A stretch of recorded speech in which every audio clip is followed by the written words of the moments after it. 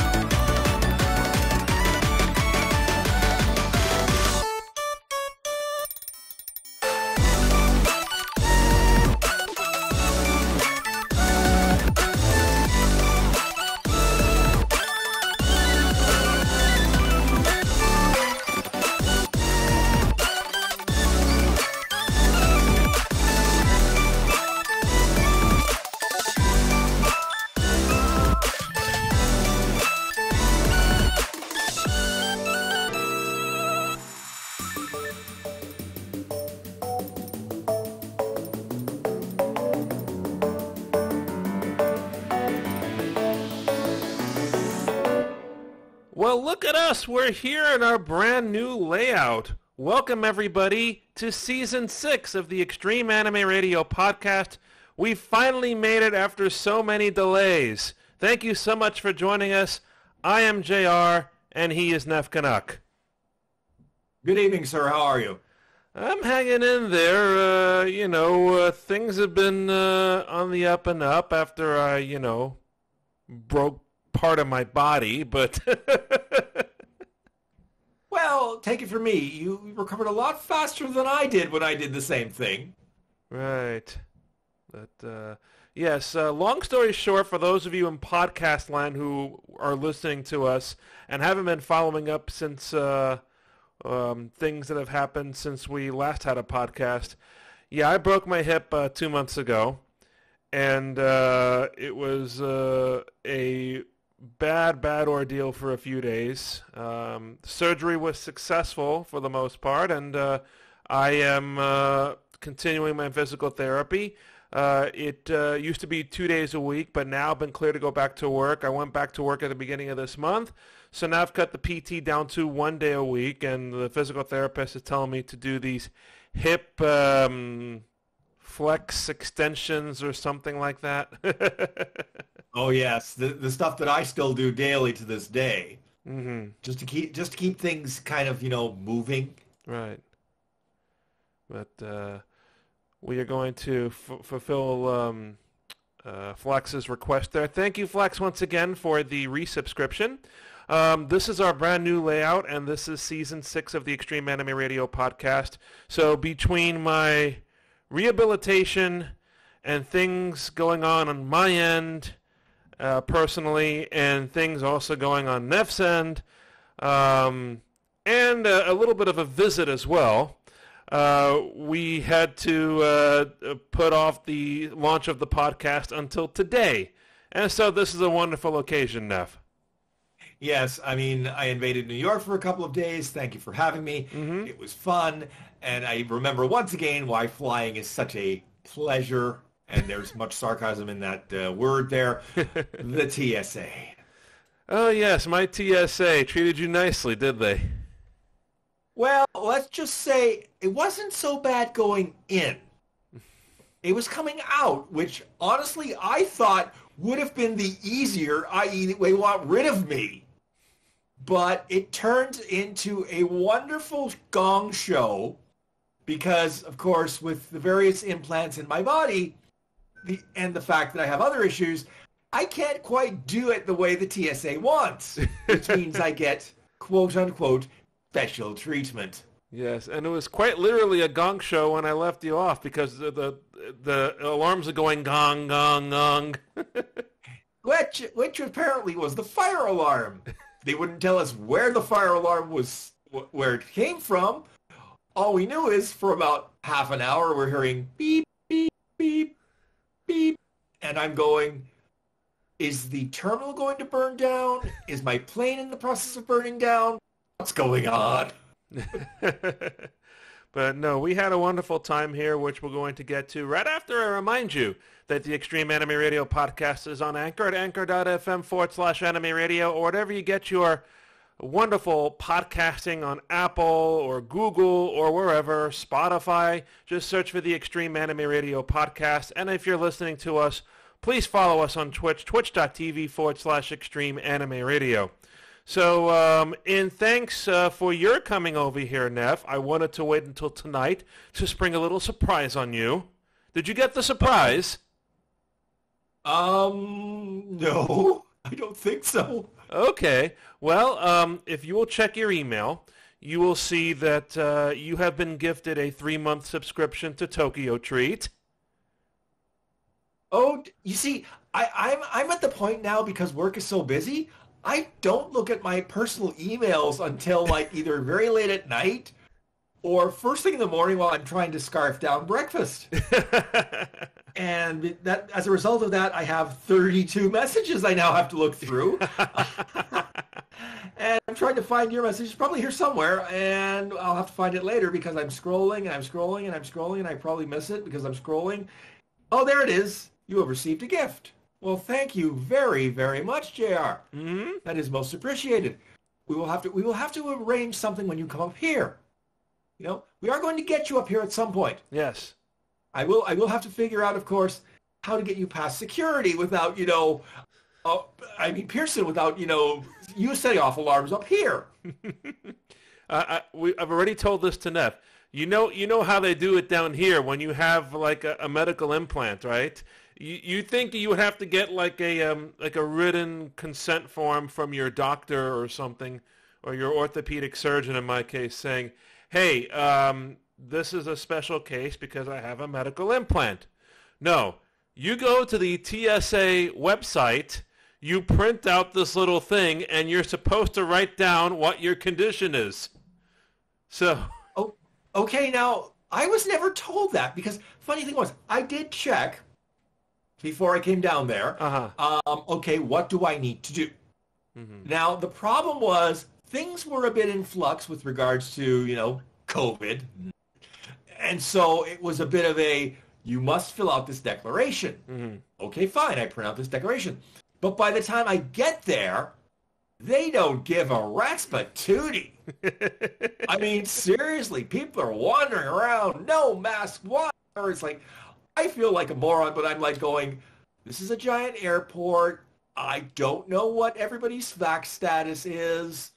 Even though this place is brand new, there are a lot of places for germs to hide, including where I was sitting. and literally, Neff, while you're on the trip, the rules changed back in Canada on face masks. Oh, yeah, that was pleasant, too, because going in, the old rules still applied. Mm-hmm. And we had at least 2 people during the flight basically say, the rules aren't for me, and take off their masks and get told repeatedly and sternly by the flight attendants, put your mask back on. I was afraid there was going to be a fight 2 rows behind me in business class about that. And then, of course, coming back, I would say it was about 50-50 people still wearing masks. Mm-hmm. And I'm like just going, you know what? You want to take your chances in this germ tube? That's on you. Me, not so much. Right. I would still be a little bit reluctant at this stage, but we'll see where things are in a few months. Yeah, I mean, it could be that in 6 months to a year, this thing finally burns itself out. Because, of course, that's what eventually viruses do, right? They eventually mutate themselves into being inert. Right. So we'll see. I mean, I've had now my 4th shot, and just like every other shot I've had, within a day, I felt like 10 pounds of crap in a 5-pound bag. Oh. I was, if there's one thing is that, I could get up to date on my shots because I was at home doing diddly squat with my injury. So I got my COVID booster the second day that it came out in the beginning of September. And I think the following week I got my flu shot, so I'm all set for the time being. Well, actually, you reminded me because the flu shots still aren't available yet. I'm figuring next week or so. Really? Okay. But it was funny But it's funny because I was able to book the COVID shot before I left to come see you for the day after I got back. Right. So it's like, okay, I got home late because our plane took off late and landed late. Right. And it's like, oh, that's right. I set an appointment to go get a shot. Oh, ugh. This was at noon. I was just so draggy at that point. It was like, you. Yeah. But one thing that we did... before we continue, we have a few new little rewards in our chat if you're watching us on Twitch. So why don't you check out those new rewards and see what they might be about. And if one of them gets redeemed, then we'll see what happens.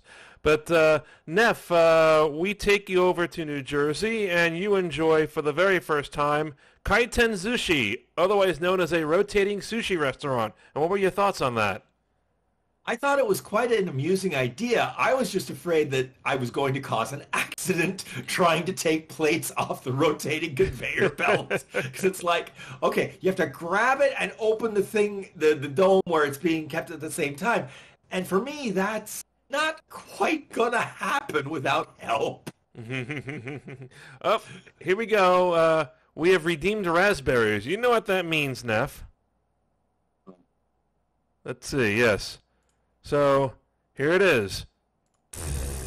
Those are your raspberries, and now we keep that on, and there's a 10-minute countdown for the raspberries. 10-minute raspberries. That's quite a lengthy, Exactly. But what was your favorite sushi over there, or if it wasn't sushi, maybe? Everything was so delicious. It was like, the problem is I could keep eating, but then I would regret it later. You see, I'm at the stage of my life where it's like, I like the taste of food, but I now realize that, yeah, if I keep eating, I'm eventually carrying all that food. And I don't carry stuff that good anymore. Well, no, I had a wonderful time there, too. It was nice. Kura Sushi is the name of the restaurant. And in the New York City area, there are two of them.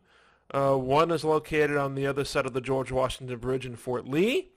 And the other one is further south, I believe, kind of like around, I want to say around Lincoln, Holland, Tunnel Land, somewhere around there. But Kura Sushi also has a few other branches in the United States, including one in Washington, D.C., where I went with Ducky and Mika's partner last year. That was my first exposure to that particular brand, if you will, although I have been to rotating sushi restaurants in the past. And Kura Sushi, of course, has a lot of places in metropolitan areas in Japan. So we went there, and then we went to Mitsuwa, and had a nice time at the what we thought were actual guaranteed prize machines, but weren't. No. Those gashapon machines, at least the ones in the Mitsuwa proper building, were nothing more, and I'm going to use a word, a scam. Yeah. Because there was no way, short of you opening the device, putting glue on the prongs, that you were going to get anything out of any of those machines. Yeah, it was... But the ones in the other store, at least, yes, you'd get something, because basically it was put in the tokens, turn the knob, and out comes your prize. That was guaranteed. But those claw game ones, those were, just... And it was annoying because there was stuff in one of the machines that I really wanted from Spy Family. And it was like, if I had actually gotten something out of there, I might have gone into Anime North's charity auction for next year. But no, they're so pricey even in that store, too. They were like $7 a pull, and they charge you tax on it, too. Which is kind of weird. Wouldn't you build that into the price? Yeah. But... So I was really reluctant when I learned about the prices. Oh, and you have these small machines. They take single tokens. But yeah, no, you have to buy 6 tokens to get the item, and those tokens also cost $6.99 plus tax. So yeah, it was like There was no way you were getting out of there cheap. No. But, no, I wasn't going to do it, and then I see Sailor Moon Crystal. Oh. Well, you know me. I got my Sailor Moon shirt for crying out loud. I was going to say, when I saw that machine first, I was like going, yeah, JR's going to do it. I was sure of that. There was nothing doubting in my mind he would do that. So, so I decided to buy 2 plays. And these were the Sailor Moon Crystal, I think, based Sailor Princesses. So they're dressed up as princesses. And I figured, I would take my chances, and I got the first one, looked inside at what it was, got the second one, looked inside at what it was, and I said to myself, I think I hit the jackpot, because the 2 characters I got were Neptune and Uranus in that order.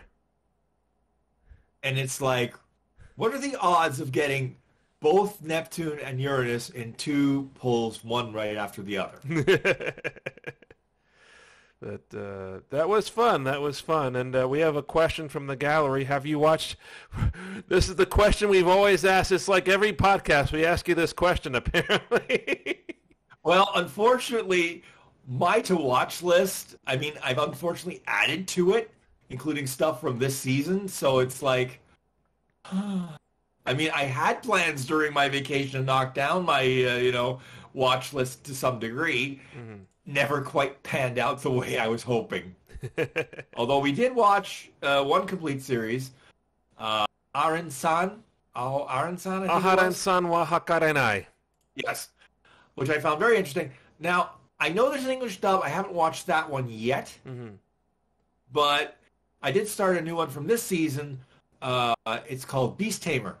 Okay. And this one's one of the few where I'm going, I might stick with the Japanese, honestly. Really? Because the first English dubbed episode,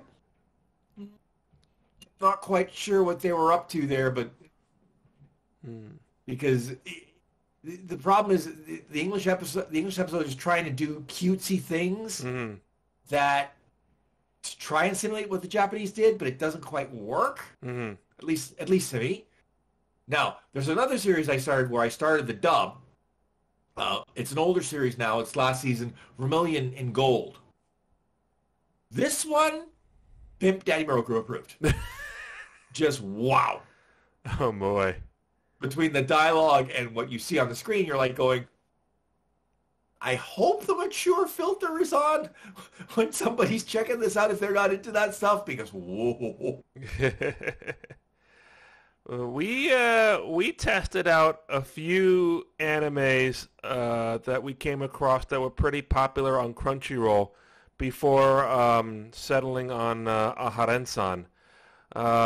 So I'm trying to... I have the list here on my computer. The first one I think we watched was Trapped in a Dating Sim, The World of Ultimate Games is Tough for Mobs. So we watched that first episode together. Yeah. I haven't watched more of that. To be honest, I've read the synopsis of it, and I'm going, maybe. Yeah. I have, since you left, Neff, I have watched that series in full. Very, very charming. It's about a guy who has played this dating sim game. Dating sims are quite popular, visual novels, very popular coming out of Japanese culture. And this guy has played it so much, he has like encyclopedic knowledge of the game. And so one day he falls down a staircase, presumably dies, and is reincarnated as a mob character in this video game. And he's set out to try to forge his own destiny, if you will, instead of following the destiny that he is expecting to encounter if he were playing the game regularly. Now, there's another series that I've read the manga for it, at least the first 5 volumes of it that's been translated, and it's one that I'm going to start, The Eminence in Shadow, where he's reincarnated, but he doesn't he wants to be the background character manipulating things from the shadows, like setting everything up and then watching things play out with his little chess pieces, in life, so to speak. And in reading the manga, you're going, okay, I can see where you're going with this. But then they also hinted the fact that he isn't quite the background character he thinks he is. Because there's somebody else above him pulling the strings. Uh-oh. And he doesn't know it yet. No. I'll mention also the second title that we watched was, I think it was A Couple of Cuckoos. Not us, I'm sorry.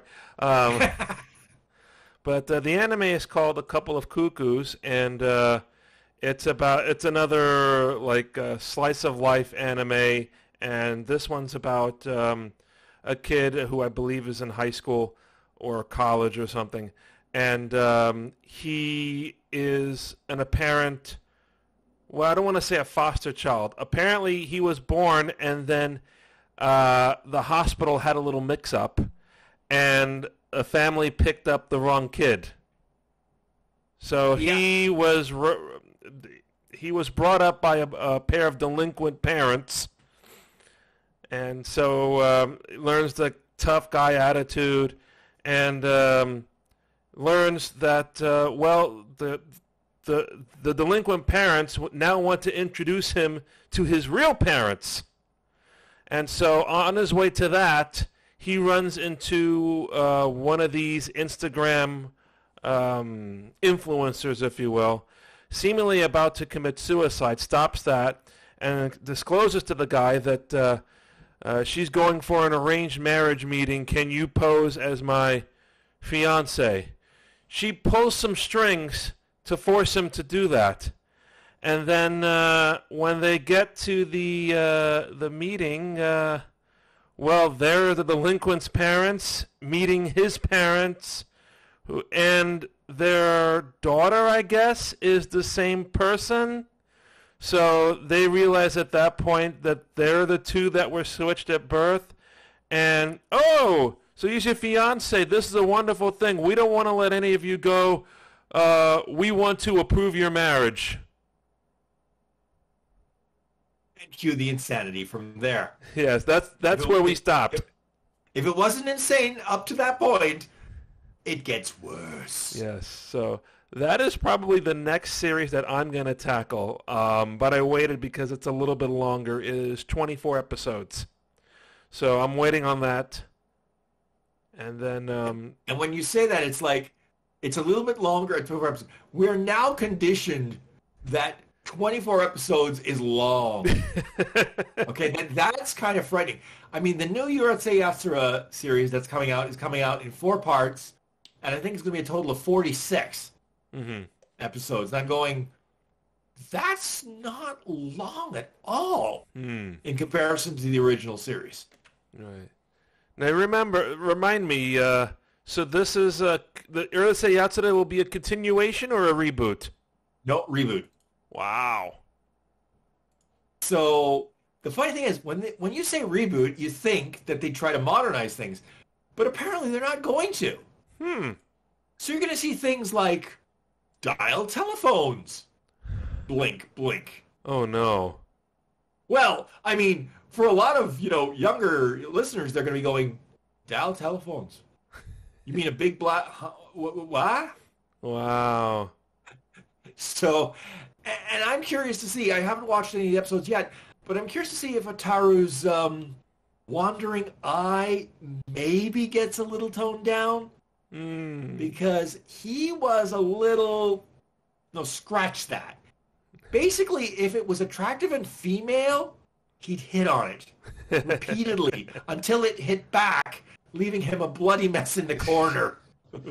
Oh, boy. Yeah, I'd like to see if that style kind of comes back. And even the fans in Japan are watching this anime on VCRs. What's a VCR? Never mind that. What's a beta VCR? That's how they're watching it. CRT TVs and beta VCRs. And I'm just going, Now I know I'm old because I know what that means. Well, early 1980s was Urusei Yatsura, right? So that would have been Betamax territory, right? Yep. Wow. We're getting old. Laserdisc, Liz says.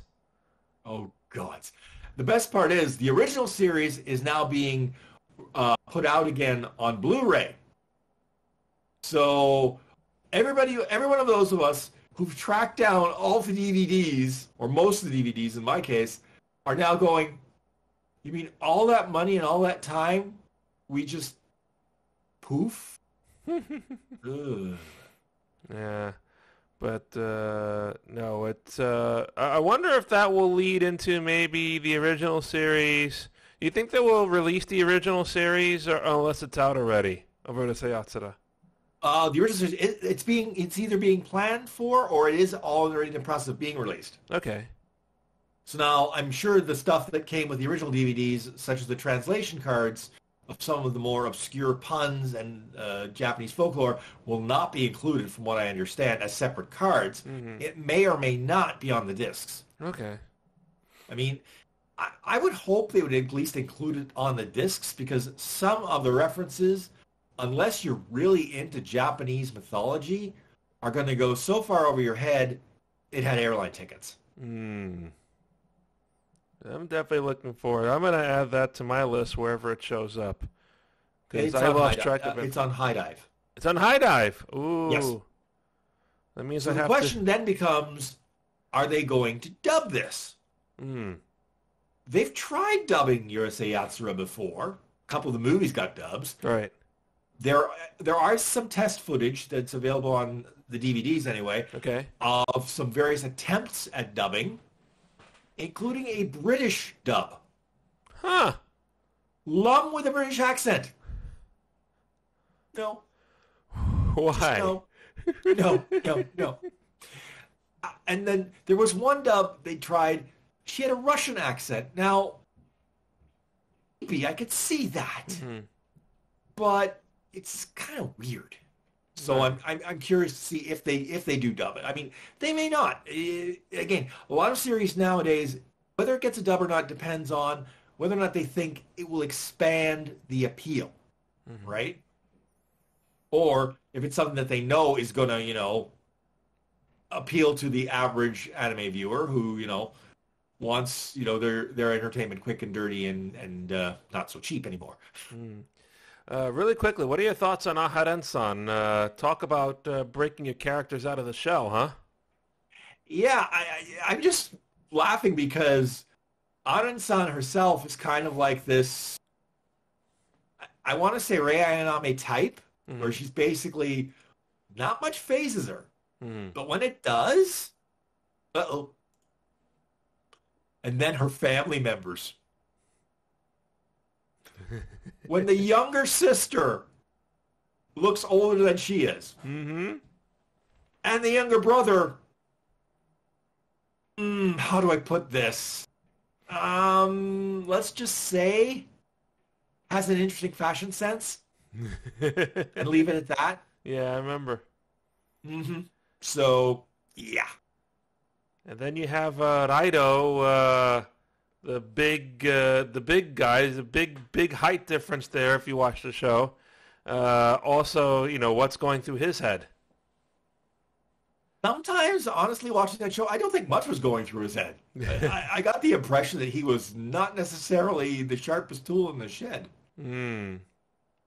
But, no, a good time to get back into anime now that things seem to be normalizing in Japan. They've reopened the borders to independent tourism finally. You remember, Neff, when we started this podcast back in the beginning of 2020, and we're like, what's this COVID? And then everything went downhill from there. Yeah, I mean, I have looked, and I'm finding it very odd that, various airlines are now running specials to fly to Japan. And I'm going, maybe? But it's more like, I'd need a translator, if not a babysitter. now the big talk in Japan is not about tourism, it's the actual yen. The yen is at a level unseen, I think maybe since I was born, over 3 decades.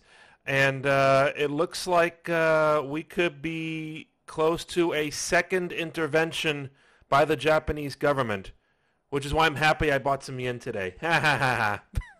Well, I'll say this. Unfortunately, now the only way to guarantee yourself that your currency doesn't go splat against other stronger currencies is interest rates.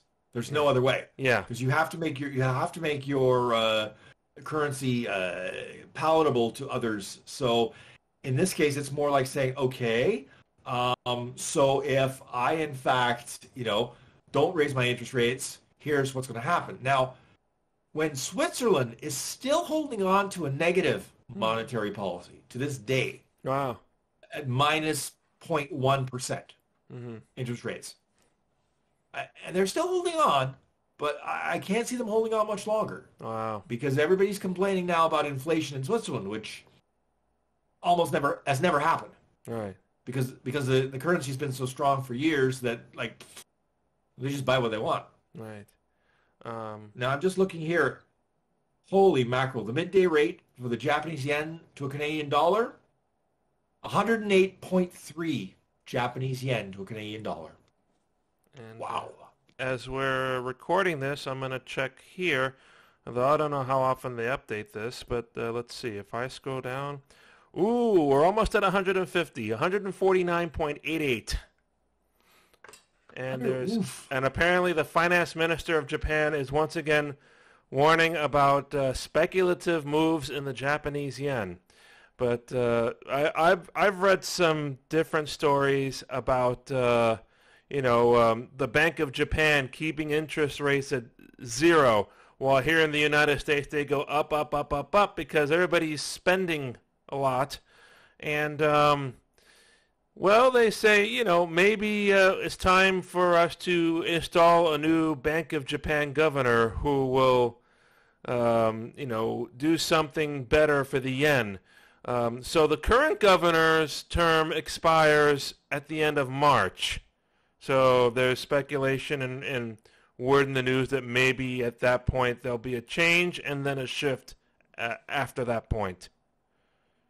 So, like our governor in Canada, Bank of Governor in Canada, they are independent and do what they think is best for the economy, correct? Mm-hmm. Okay, I mean, again, it comes down to really what the governor thinks is best for the country, alongside the fact that the prime minister may or may not say to them, you got to do something here because things are going rough for me. Mystic White Dragon cannot be the governor of the Bank of Japan, Flax. No. Just no. He does well in crane games, I'll give you that, but that's it. I'm saying maybe we need to have him hit up the crane games and send us what he gets. Because between the two of us, no, we had no luck whatsoever. So yeah. But like I said, it really comes down to now what happens next, because yes, you're right, interest rates are going up and mortgage rates are going up. And in Canada, where there's a lot of speculation in real estate, there's a lot of people who went on variable mortgage rates who are right now very, very, very scared and very, very unhappy. I don't have to worry about that. So I can just watch the carnage and go, you can just walk off the cliff you decide to walk off on. I'm just going to wave bye-bye as you go like my Wile E. Coyote, like, I'm going to share a little show and tell over here because there's some other news coming out of Japan that's kind of putting, in a way, a little bit of a black eye on the country. So just give me 1 second. It's right over here. Uh-oh. So now he's going to show us something, folks, that will probably scare all of us, including yours truly. Do you remember this character, Neff? Yes. That's Mirai Toa, I just do the rest of the podcast like this if I wanted to. No. That is Mirai Toa, or I want to say that's how it's pronounced. One of the mascots of the 2020 Tokyo Olympics. The other one is Someiti, the Paralympics mascot. And as we all know, the Tokyo Olympics was postponed to 2021 because of COVID. But now there is a big bribery scandal coming out in Japan involving a former director at the Tokyo Olympic Paralympic Organizing Committee. A man by the name of Haruyuki Takahashi, if I'm not mistaken. And over the last 2 months, Mr. Takahashi has been arrested not once, not twice, but 4 times. He has 4 separate arrest warrants for accepting bribes from various Japanese organizations and companies in exchange for preferential treatment for sponsorship contracts for the Olympics and Paralympics. Okay, now I'm going to back you up half a step here. Why would it take 4 separate arrests to do this? Why wouldn't you just arrest him once and charge him 4 times? Well, I'll tell you my experience of understanding Japanese culture over the years. If you're arrested in Japan, you hear the conviction rate is very high. And that's a fact we read about in the news all the time. So Mr. Takahashi, when he was arrested the first time, he denied any wrongdoing. And sometimes what Japanese prosecutors will do, and this is what happened to Carlos Ghosn. You remember what happened to Carlos Ghosn? Who's who's in, I think he's fled Japan now, right? In an interesting way. You heard about that from a few years ago? Oh, yeah. I remember we talked about it, actually, a few years ago. Mm-hmm. So that was the Got himself Nissan sent out probe. in a shipping container. Yes. But what happened is he denied any wrongdoing, and then prosecutors slapped him with a fresh arrest warrant several times. When you're arrested for a crime like this, the maximum they can detain you is 23 days. So before the 23 days is up, before he could get out, they slap another warrant on him. So they did this to Mr. Takahashi 4 times, 4 separate arrest warrants, and the first 3 he's been indicted on already. So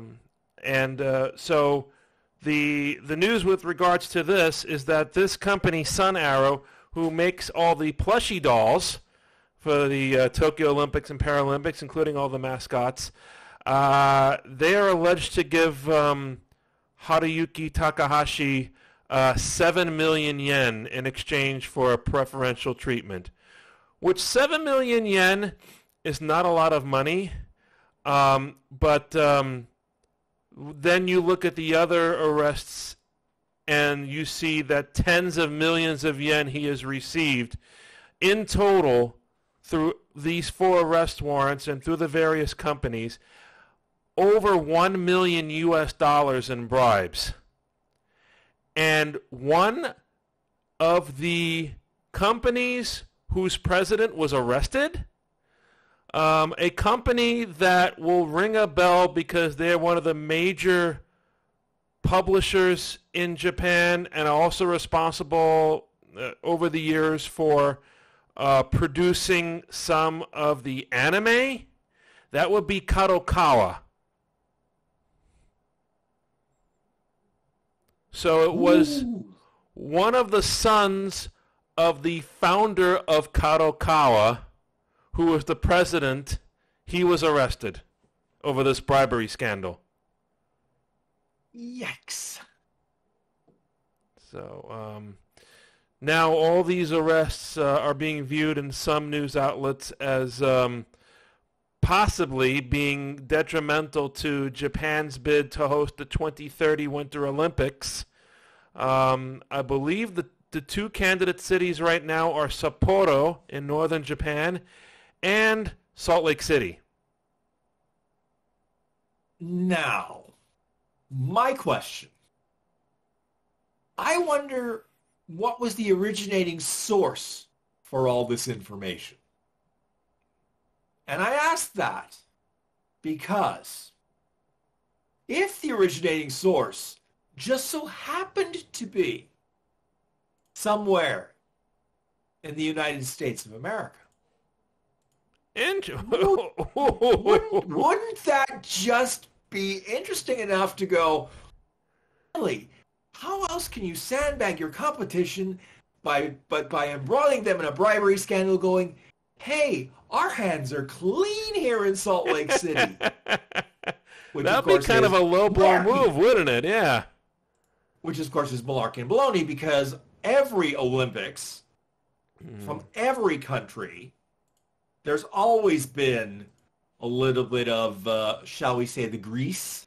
Mm-hmm. It's a question of how much grease and whether or not they were caught. Let's see. We are going to look at this article, which I pulled up from Reuters. This is so big that Reuters reported on it. So the first arrest was in August, and the Asahi Shimbun newspaper reported that he was suspecting of receiving bribes from clothing retailer Aoki Holdings, who did they're like a men's suit retailer, I think. Were they doing the Olympic uniforms? I wonder. Because that would be the only reason it would make sense, right? To get a bribe in that early in that fashion. Right. So we go back to a Reuters article back at the end of July where they raided Takahashi's home. Let's see. The investigation is looking into whether payments of 45 million yen, and that's what they arrested him for. There's no, at least in the Reuters articles, there's no indication as to how this all came about. A tip should have come from somewhere. Yeah, in other words, this sort of information just doesn't poof out of the ether. Somebody talked or somebody found something. Question is who and when, right? I mean, in my real job, that's part of my thing is to figure out, okay, you got here, but how did you get here? Right. Right? Mm-hmm. So in my mind, I'm going, there's only two candidates for this Olympic bid. One of whom now has massive scandals on their doorstep over the last Olympics they held in their country. So like I said... Ooh, I take this back. I looked it up. Apparently there's a third candidate. Oh, there's a third Vancouver candidate. Whistler. Again? I mean, we had him in 2010, okay? Yeah. Now, to be fair, Salt Lake was... You had Salt... I'm trying to remember. Salt Lake Winter Olympics, when was that? Was that 88? No, that was Calgary. No, you've had them before. I want to say 2000. Was it 2000? Was that after 9/11? Wasn't it? 2002. Mm-hmm. Yeah, okay. So you had them in 2002. You're trying for them 20. Okay, well, see, the other problem with the modern Olympics is that they're now so big and so costly that there is a movement afoot to try and either minimize the costs by having permanent facilities and then only going to select locations, because otherwise the only ones who are going to bid on it now are going to be places where, let's just say, human rights don't exist. Yeah. So this is one of the things the Olympic Committee is trying. The International Olympic Committee is trying to do. Say, okay, let's if not scale it back, at least get facilities that can be reused, etc. But part of the problem is that with each Olympics, they've always built housing for the athletes and then turned that housing over to the public for sale, what have you. Right. So the question is, can they continue that model, or does something else have to change? And there's also the thing of all these stadiums that are just left up after the Olympics are done and stuff. Oh, yeah. If you want a good example of Olympics, of stadiums left to crumble, Rio 2016. Ooh, Oh yeah.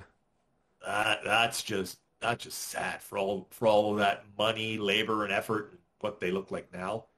A famous comedian once put that what they did in Brazil was pave paradise and put up a parking lot.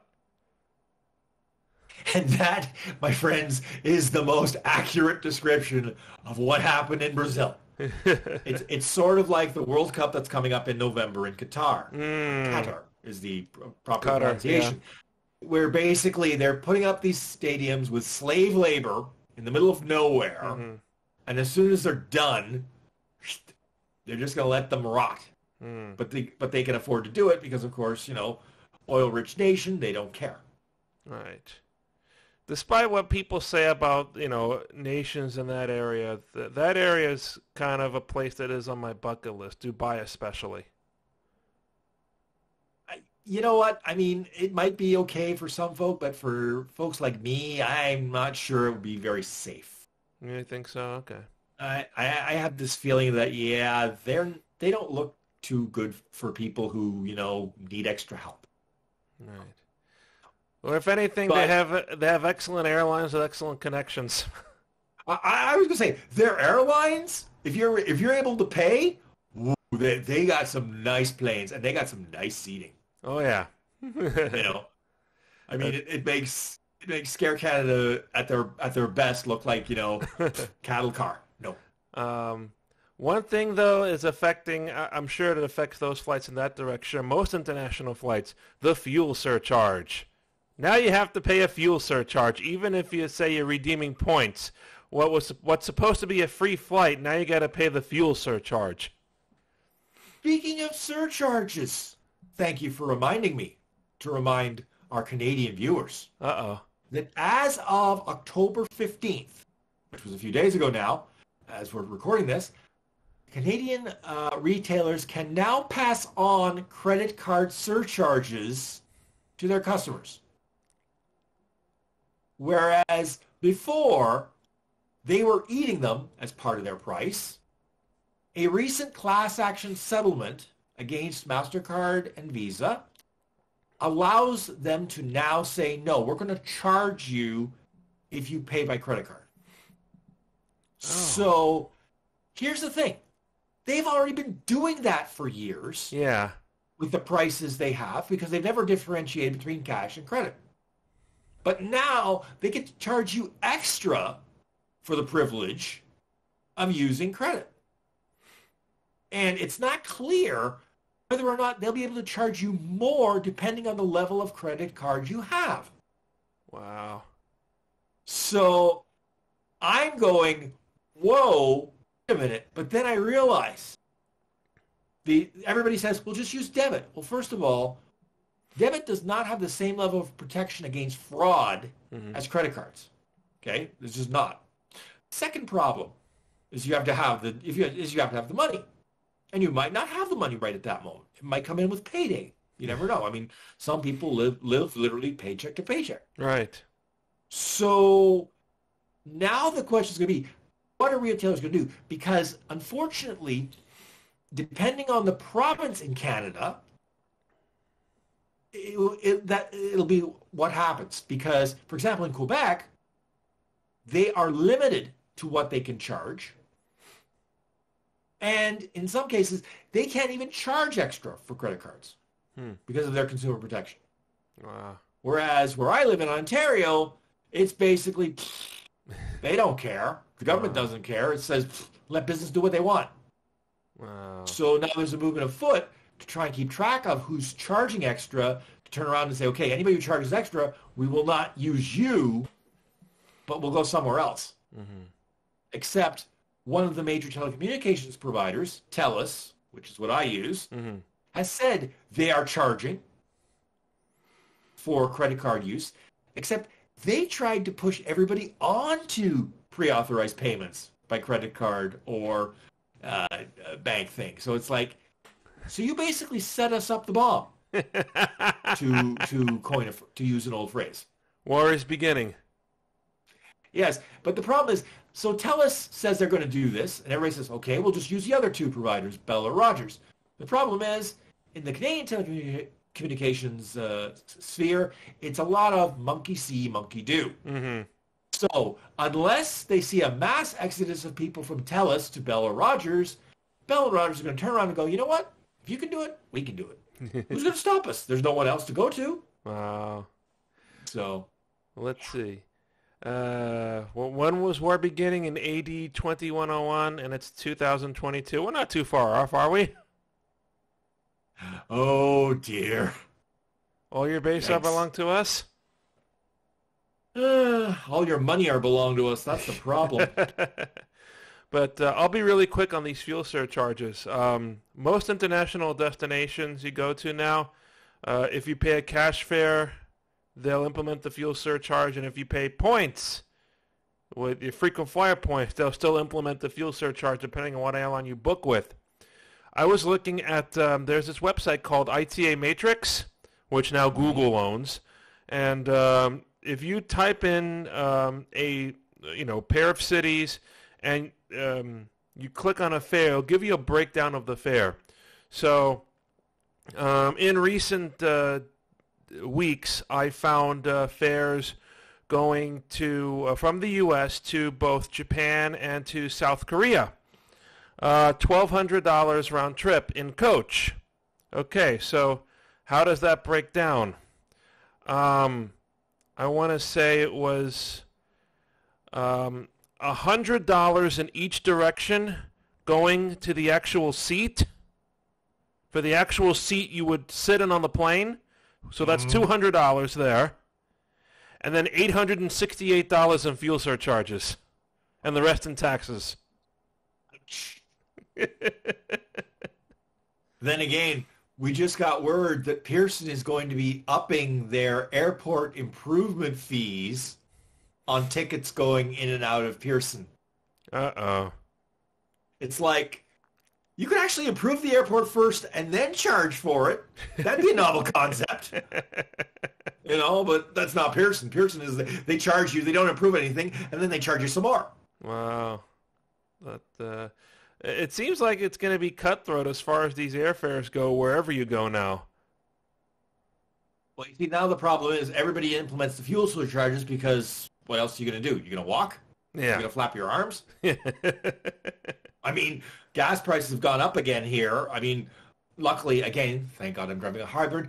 I don't notice it as much, but I happen to notice that gas is now $1.60 a liter again. Mm.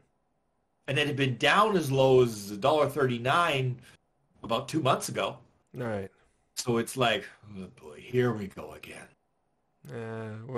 This would be a whole discussion about fuel and political situations and tapping into oil reserves, which I heard happened today. Yeah, I heard about that, and I'm going, considering that in the U.S., a truck is basically almost as sacred as a gun to people, I don't think it's going to matter much. I got to be honest. I mean, we in Canada, there is a portion of us who still, want our giant trucks to go to the mall, but a lot of us are going, you know what? I don't want to pay nearly $2 a liter for gas, so I'll get something that's a little more efficient. But like I said, down in the U.S., it's like, no. No. I mean, in your neck of the woods, I was surprised there was a large number of vehicles that were reasonably efficient. And then I remember when I was in Texas, and it was like truck, and did I mention truck? Bring out those Silverados and the Ford F-150s and 250s and all the other numbers above that. There's a reason The Simpsons made that joke about the Canyonero. Oh, Liz has an F-150 Ford. Oh, we got to watch out. Well, I mean, if you can afford to pay for it, I'm sorry, but at our gas prices up here, to fill up a typical F-150, which has a 132-liter fuel tank maximum, okay, at $2 a liter from empty, do the math. $264 from empty. I'm sorry. That's my grocery money for 2 weeks. Barely, but, it's like, ooh. Yeah. That reminds me, as we wrap things up, I've got about $90 in Uber Eats credits that I have to use before Halloween because yesterday Uber Eats posted the video of this is a little horror video for Halloween, and inside the video were hidden redemption codes. Uh-oh. So I ended up with $80 or $90 worth of free stuff. Well, there you go. Nice way to get free food. So all from convenience stores. I have to get them from convenience stores. So if I need to get some snacks and eggs, I'm all set. Well, there you go. Speaking of convenience, before we go, you did want to mention, because you mentioned it off air, the NHL season started again. Yes. And in an attempt to increase what is known as hockey-related revenue, the boards at your local arena are now of two types. One is the type you see in the arena, the type you see on the screen. Because what they've done now is they're superimposing various and sundry ads catered to your local market depending on where your team is playing.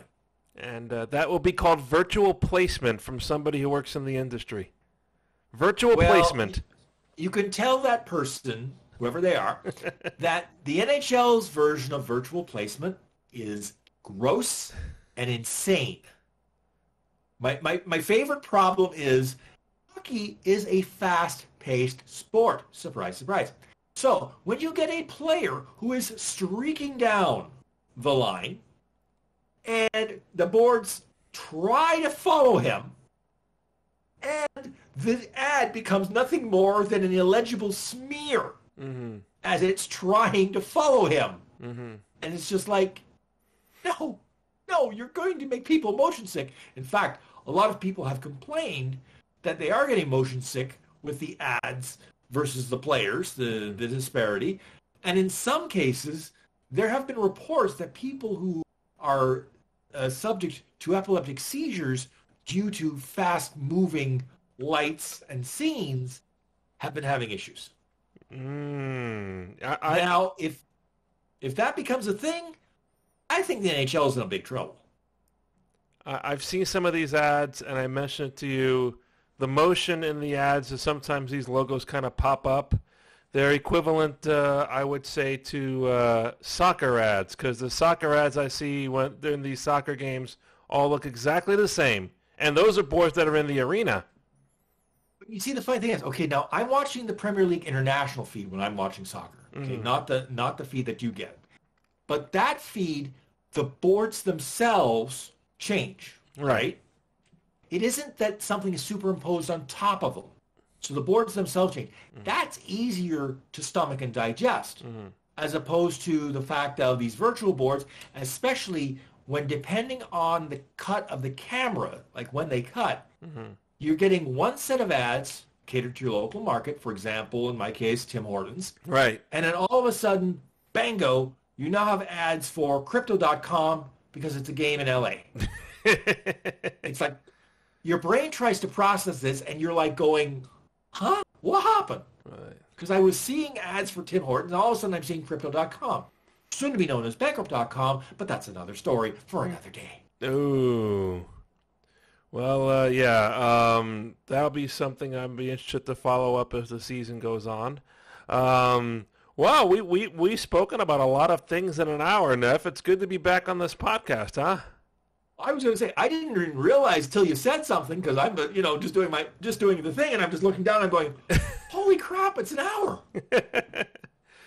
So we will have to do this again next time. Now, next week, I don't know exactly what the schedule is going to be. We may decide at the last minute to do the podcast, but I do have some things going on early next week, so I don't know, again, what the schedule will be. The following week, of course, is Halloween, and so I do intend to sit on the porch with the orange light and kind of dress up and give candy out to some people all day long. That's That's a family tradition that I'm not going to break, even though I had a break in my hip. Thank you very much. Well, there are certain things you shouldn't break. Hip is one of them, and traditions are another, as long as they're safe traditions to have. So with that, why don't we go into the closing commentary? If you'll just give me 1 second, Neff, because I have to add your voice into this little scene. And now you may go ahead with the closing commentary. If you have any questions, concerns, compliments, or complaints about this podcast or one of our Twitch streams, drop us a line at extremeanimeradio@gmail.com or check out our social media pages. Get to our social media pages, go to linktree.com/anime radio. There you'll find links to our Facebook page, our Twitter account, our Instagram account, our Discord server, and our YouTube channel. And archived versions of this podcast are available at anchor.fm/anime radio or your chosen podcast platform.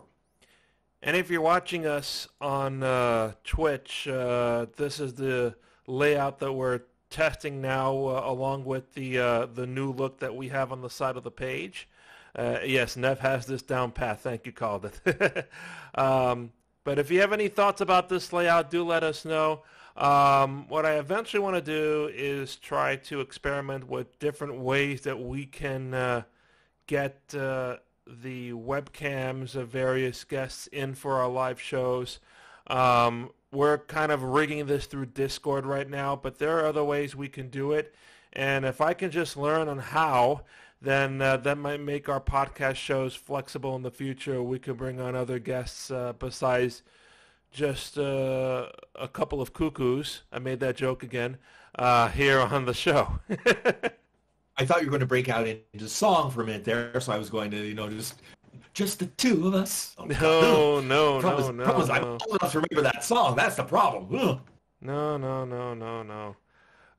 So we will see you next time on the podcast. Once again, follow us on social media and on our Discord for the latest updates and when that next show will take place. In the meantime, for Neff, I'm JR. Thank you for watching. Thank you for listening. And remember, keep on looking up the Extreme Radio Twitch streams, and don't forget our archived podcasts are at anchor.fm/anime radio. Good night, everybody. Good night. We'll see you next time. And that is a wrap for podcast season.